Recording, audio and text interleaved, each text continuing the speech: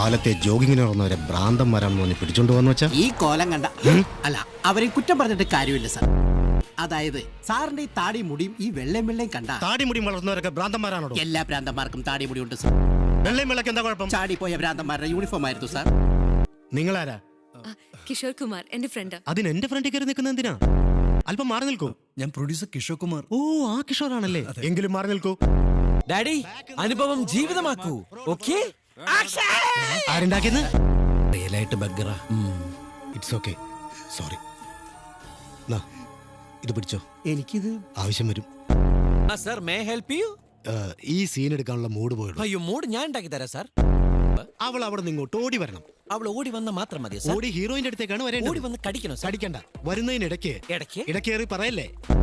ഒഴിക്കാൻ പറഞ്ഞാൽ ഒഴിക്കണം, മനസ്സിലായോ? അല്ല സാർ, ഈ ആൺപെട്ടുകൾ ഈ കാല് പൊക്കണടുത്തൊന്നും കൊണ്ടുവന്ന് വെക്കല്ലോ.